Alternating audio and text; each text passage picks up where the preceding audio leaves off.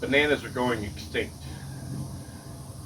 Here soon, bananas that we see at the grocery store, they're not going to be there. This is a standard Cavendish banana. We're going to see these go away. And if we're lucky, other varieties will take their place. There's a whole history about a disease that's over 100 years old that's wiping out bananas. 100 years ago, a disease named Panama disease wiped out the bananas. The banana at that time was called the Gros Michel. That was the standard banana sold in the stores all over the United States and pretty much around the world. This disease started in the teens. In Panama was where it was first detected, and it moved through South America and just decimated the bananas. Now, it took several decades, so it really didn't become a major problem until around 1950. But between 1950 and 1970, the bananas in the grocery store changed. It was total devastation, and for the banana companies to keep ahead and still provide demand, what they did was they went into the jungle and they clear cut and then replanted, because this fungus was in the soil, and once it got into a field, it wiped them out. So they were constantly moving to a new spot, and the disease followed. Now, fortunately for the banana companies, they found something that was resistant, vastly inferior than the Gros Michel. It required to be boxed up when they shipped them, and they're more fragile. That is what we have now, called the Cavendish. Cavendish is the standard banana found on all store shelves around the world. There are a couple others that have crept in there, but it's almost entirely Cavendish. Well, as nature does, it adapts. Here, soon, we won't have the Cavendish, or very few, because it has adapted. It is now killing the Cavendish, the one banana that they could find that was resistant. The reason being is they have planted billions of exact genetic clones. Once it mutated to where it could infect one, it just spread. Did the same thing with the Gros Michel. They had billions of exact genetic clones. Well, it's back. And it's back big time. It is all over the world. It's already spread. There are 4 different types of it. It's a fungus, so naturally, the first thing they do is spray for fungus using modern chemistry and fungicides. Yep, it adapted to that too. Sterilize the soil in a field. It works, sorta. It'll get rid of that fungus along with a whole bunch of others.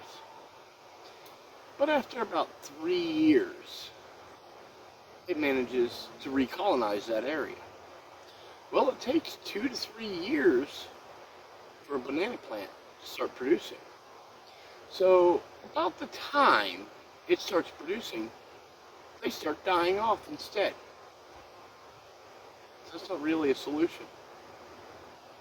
Biodiversity is the solution. Interplanting with other things that will be able to fight against that particular fungus. Having other funguses in the soil will help fight against that fungus. But that's not what they're going to do. there has been a race to find another banana that would be commercially viable to replace the Cavendish. And we're already seeing some of those in the store. We're starting to see finger bananas, apple bananas, Jamaican red bananas. That's not really the solution. And that's not what they're looking to do. Now, they're getting into GMO. Go figure. Instead of having a biodiverse field, they still want to grow just one type of banana, or maybe two.